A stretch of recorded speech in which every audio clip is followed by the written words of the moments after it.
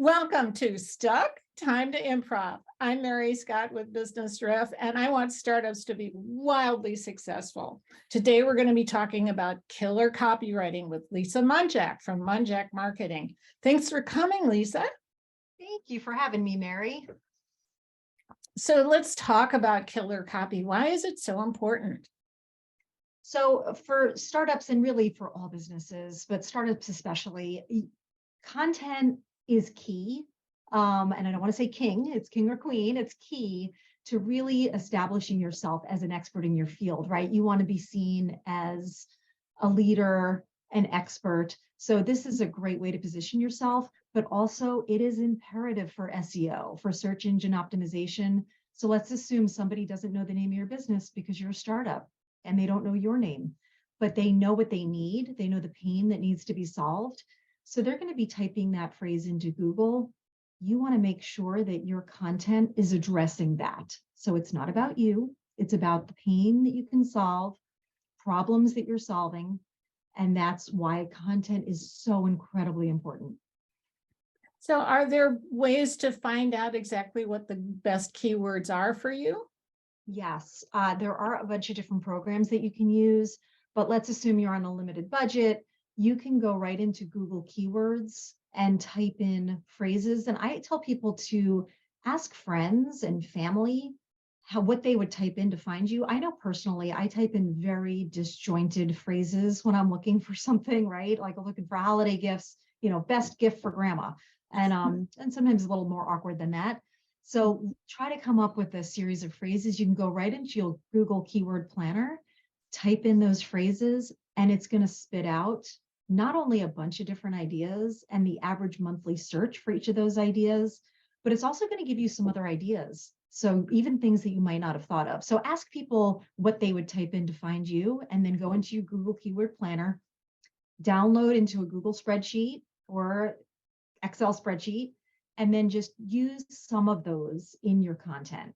I mean, content, we're talking blogs, videos, both short and long form video, social media. There are so much different type of content, but you want to make sure that you use a few keywords and phrases in each piece of content. Sure. And it helps to also, if you're going to do a video, it helps to have the transcript that you can then post as part of the comments, right? That's a really, really good point. Yeah, you need to make sure that that it's also ADA compliant so that people with disabilities can find it. And yes, Google can't crawl through it unless it's got some sort of subtitles on there. Okay. Do you have a story about a client where you actually found really good keywords for them that was kind of unexpected? Yes, yeah. I mean, even more than keywords, it's more about finding keywords. I think is pretty straightforward, but finding an idea for content. So I think one of the most intimidating things is to stare at that blank page, whatever sort of blank document. You're like, oh my God, what do I write about? So if I'm in that situation and I'm writing for so many different types of business, from professional to, maybe a hair care product. So you run out of things to write. So making it timely is always good. I work for an accounting firm. Of course, we want to talk about end of year tax savings, right? We were some tips. That's the obvious. But if you are stuck, I was working with a career coach and we wrote about all the obvious things. We were a little bit stuck on what to write. So I went into two places. I went into LinkedIn and I wanted to see what was going on. At that point, we were talking, quiet quitting, great resignation, a lot of stuff. And I guess it's kind of still going on. So I went to LinkedIn and I typed that in and I got all sorts of amazing content. And then I ended up going further down the rabbit hole. I went into a guy that's based in India that works for Deloitte. And he had an interesting post, but it wasn't his post that spurred the idea. It was comments on his post that all of a sudden sparked this idea that led to a blog because people were making really interesting comments. My other favorite tip for finding great content is go into Reddit, type in something that aligns with your industry, and then type in the word rant. And you're going to see what people are pissed off about.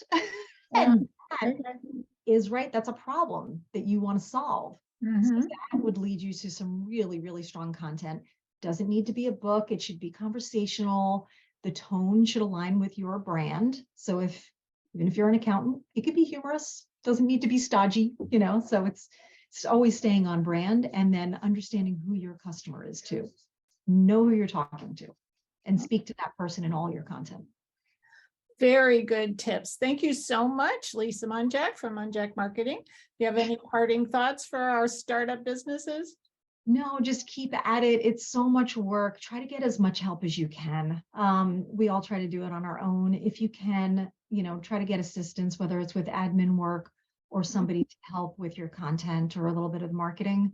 It just helps you scale your business and you can focus on what you're really, really good at. And sometimes it costs you more to not pay for it up front. Just That remember that, guys. Those are powerful words, Mary. Yes. Absolutely. So thanks again, Lisa Munjack. This is Mary Scott with Business Riff. I want startups to be wildly successful. So start by booking a synergy call with me at my website, businessriff.com. And join us again for Stuck, Time to Improv.